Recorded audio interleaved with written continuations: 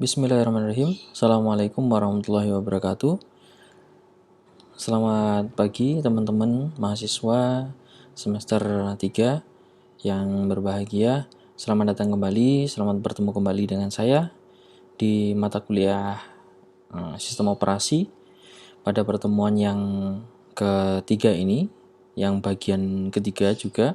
Dari pertemuan ketiga, bagian ketiga, saya akan melanjutkan ke algoritma yang selanjutnya, di mana yang algoritma ini merupakan kelanjutan dari algoritma penjadwalan proses yang sebelumnya. Di pertemuan yang kemarin, pada bagian yang kedua, itu kita telah membahas algoritma yang pertama, yaitu algoritma PTPD, yakni pertama tiba, pertama dilayani. Jadi ketika proses itu datang secara bersamaan atau berbeda waktu, berbeda datangnya, itu akan diproses dengan menggunakan algoritma PTPD. Jika menggunakan algoritma PTPD, yaitu yang pertama kali datang itulah yang akan diproses terlebih dahulu. Oke. Nah, algoritma sekarang yaitu kita menuju ke algoritma yang kedua, yaitu PTD, proses terpendek dipertamakan.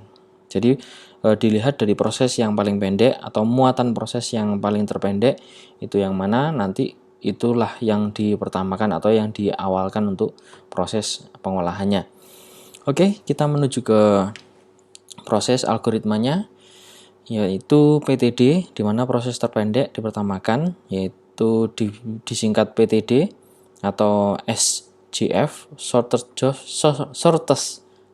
first, atau shortest job next, atau shortest process next, seperti itu.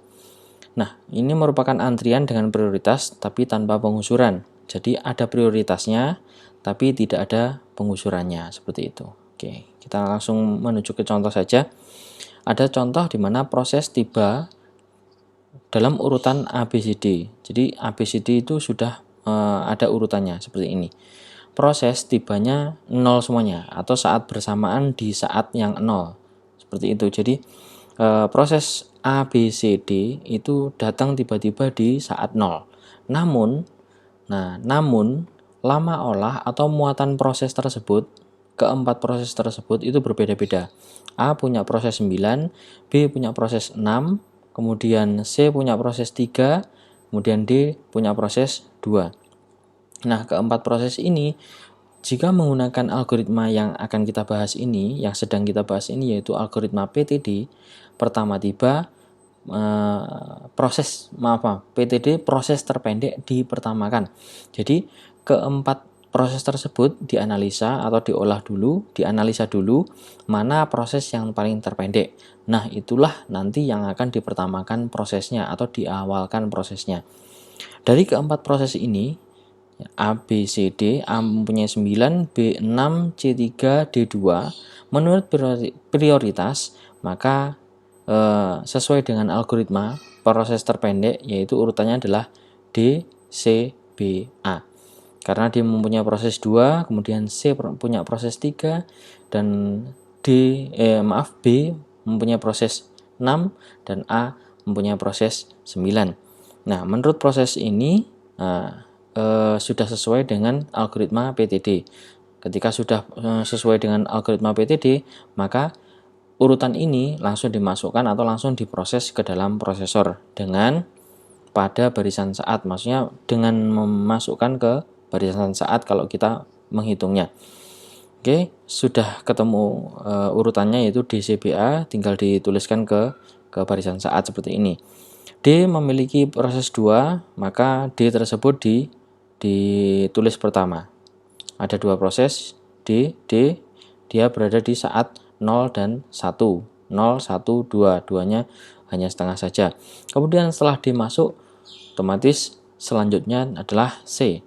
Karena C proses terpendek yang kedua, yaitu 3 proses. C. Kemudian B memiliki 6 proses, kita tulis bersama-sama. Kemudian terakhir adalah A memiliki 9 proses seperti ini.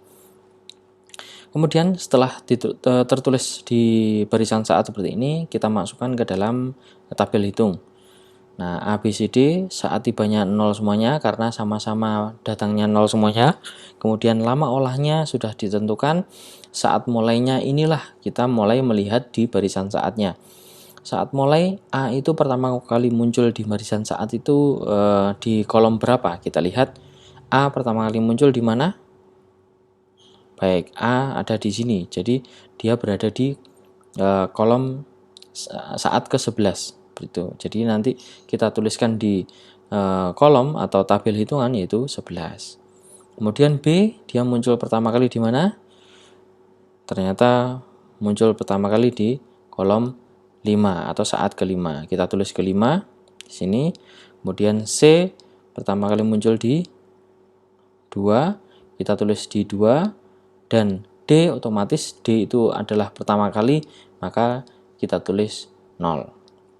Nah, saat rampung ini adalah saat terakhir kali muncul di barisan saat. Untuk A 20. Oke, kita cek 20. Kemudian untuk B ini 11. Kita cek lagi 11. Oke. Untuk C adalah 5. Oke, C terakhir di sini 5 dan D adalah 2. Oke, C 5, D 2. Oke. Lama tanggap. Oke, jangan lupa lama tanggap adalah saat rampung dikurangi saat tiba. 20 dikurangi 0, 20. 11 dikurangi 0, 11. 5 kurangi 0, 5. 2 kurangi 0, 2. Karena saat tibanya adalah sama, saat tibanya 0 semuanya. Oke, kemudian lama tanggap. Nah, lama tanggap ini sudah ya. Lama tanggap ini diperoleh dari saat rampung dikurangi saat tiba. Lama tunggu. Nah, ini lama tunggu adalah saat mulai ya, saat mulai dikurangi saat tiba. Nih, oke, 11 dikurangi 0, kemudian 5 dikurangi 0, 2 kurangi 0, dan 0 dikurangi 0. Nah, rasio tanggapnya atau rasio T besarnya seperti ini, 9/20, yaitu lama olah per lama tanggap. Ini T kecil per T besar. Nah, seperti itu. Kemudian rasio penaltinya adalah kebalikan dari rasio tanggapnya. Kemudian rata-rata lama tanggapnya ini rata-rata lama tanggap jumlah semuanya dari atas 20, 11, 5, 2, jumlah totalnya 38. Kemudian dicari rata-ratanya tuh 8, 38 bagi 4. 4 ini dari jumlah prosesnya A, B, C, D, yaitu 9,5. Oke. Nah, sudah diperoleh jawaban 9,5 ini jika saat tibanya adalah sama-sama 0 semuanya. Nah, bagaimana perhitungan jika saat tibanya berbeda-beda? Nah, contoh yang keempat ini yaitu adalah saat yang tidak sama, di mana untuk proses A, B, C, dan D itu saat tibanya tidak sama. A punya saat tiba 0, 3, 5, 6 dan masing-masing berbeda. A itu memiliki lama proses 5, kemudian B itu adalah 7, C adalah 2, dan D adalah 4. Nah, jika diurutkan sesuai dengan algoritma PTD atau proses terpendek didahulukan, itu adalah seperti ini. Namun karena saat tibanya itu berbeda, maka dalam penempatan di barisan saat itu nanti juga akan berbeda. Oke, kita teruskan saja untuk masuk ke dalam barisan saat. Jadi ketika saat 0, karena saat 0 ini adalah saat pertama kali dimulai, yaitu ketika saat 0 hanya ada A dan A itu diproses. Ingat, pada proses algoritma ini tidak ada penggusuran atau tidak ada prioritas. Jadi ketika suatu proses memiliki lama olah masing-masing, jadi harus diselesaikan selama dia memiliki lama olah. Misalnya A di sini dia memiliki lama olah 5, maka prosesnya harus sampai 5 selesai. Seperti itu. Jadi ketika dia memiliki lama olah 5, maka 5-5-nya itu harus diselesaikan tanpa ada penggusuran atau tanpa ada prioritas. Oke. Kita langsung pada proses barisan saat. Nah, pada saat 0 itu hanya ada A yang datang. Jadi tidak ada pembanding lainnya atau tidak ada proses lainnya, maka A tersebut yang diolah pertama kali.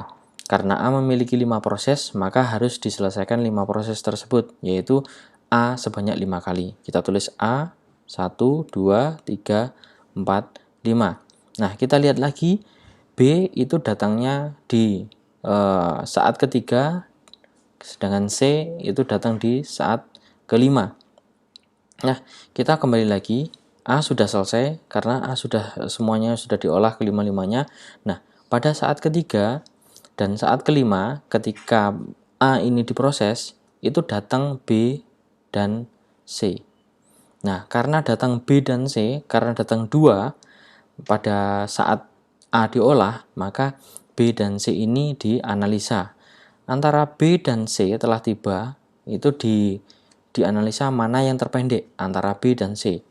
Maksudnya terpendek itu mempunyai perintah yang terpendek, lama olahnya yang terpendek. Antara B mempunyai 7 dan C memiliki 2. Nah, 7 dengan 2 otomatis yang paling terpendek adalah C, mempunyai 2 lama olah, maka C dulu yang harus dikerjakan. Nah, setelah itu C dikerjakan 1, 2 memiliki 2 lama olah. Nah, ketika C itu sedang diolah di saat ke-6, di saat ke-6 kita lihat di saat ke-6, nah itu datang D. Dia memiliki 4 proses. Ketika di 6 saat 6 dia datang D. Ketika C diolah datang D. C sudah selesai diolah karena sudah proses pengerjaan. Nah, yang dianalisa yaitu B dengan D. Karena B tadi belum diproses, kemudian ketika prosesnya berjalan C, itu D datang.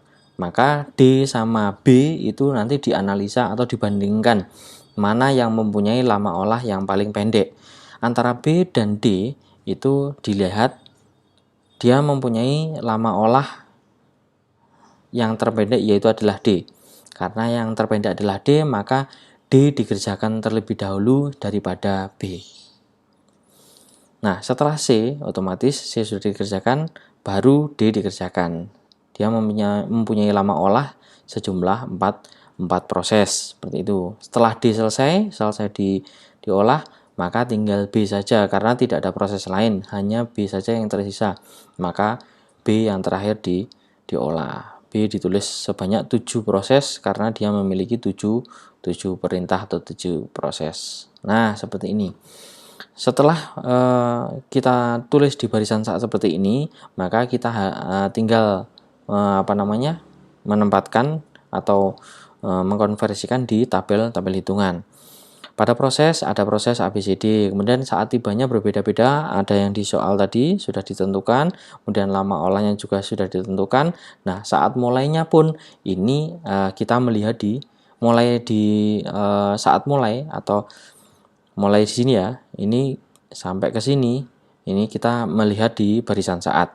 Saat mulai kita lihat A, karena A datang duluan, otomatis dia saat mulainya di 0, seperti itu. Untuk B, dilihat saat mulai pertama kali muncul di barisan saat itu, B itu di kolom berapa?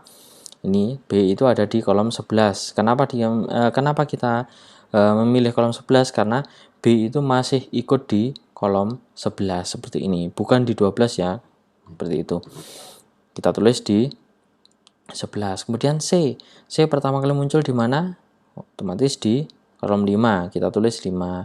Kemudian D pertama kali muncul di mana? Ada di kolom saat 7, kita tulis 7. Nah, saat terampung itu terakhir kali muncul di barisan saat. Untuk A muncul di 5. Nih, kemudian B muncul di saat 18. C muncul di saat 7. Kemudian D muncul di saat 11, seperti itu. Nah, lama tanggapnya seperti ini. Jadi lama tanggap adalah saat rampung dikurangi saat tiba. 5 kurangi 0, 5. Kemudian 18 dikurangi 3, 15. Kemudian 7 dikurangi 5, 2. 11 dikurangi 6, ada 5. Oke. Lama tunggu adalah saat mulai dikurangi saat tiba. 0 dikurangi 0, 0. Ini 0. Kemudian 11 dikurangi 3, 8. Oke. Kemudian 5 dikurangi 2, 5 dikurangi 5 yaitu 0. Kemudian 7 kurangi 6 itu 1. Rasio tanggapnya T kecil atau lama olah per lama tanggapnya. 5/5 adalah 1. 7/15. Ini 7/15. Maaf saya nggak bisa nulis di sini ya. 7/15 seperti itu ya. Oke. Kemudian mencari rata-rata seperti ini. Ini dijumlah semuanya 27 terus dibagi per jumlah prosesnya. 6,75. Proses terpanjang akan lama menunggu baik untuk pekerjaan non-interaktif. Maksudnya itu kalau selama ada proses yang terpanjang, kemudian ada proses yang terkecil, maka proses terpanjang akan terbengkalai. Atau maksudnya itu akan mendahulukan proses yang terpendek. Seperti itu. Ini jika menggunakan algoritma PTD atau proses terpendek dipertamakan. Baik, untuk algoritma yang kedua, kira-kira kalian sudah paham atau belum? Nanti bisa ditanyakan ke dalam grup atau bisa tulis di kolom komentar di YouTube. Oke ya, nanti bisa ditanyakan ke saya atau di grup juga bisa. Oke, kurang lebihnya mohon maaf. Semoga kalian paham. Billahi taufiq wal hidayah. Assalamualaikum warahmatullahi wabarakatuh.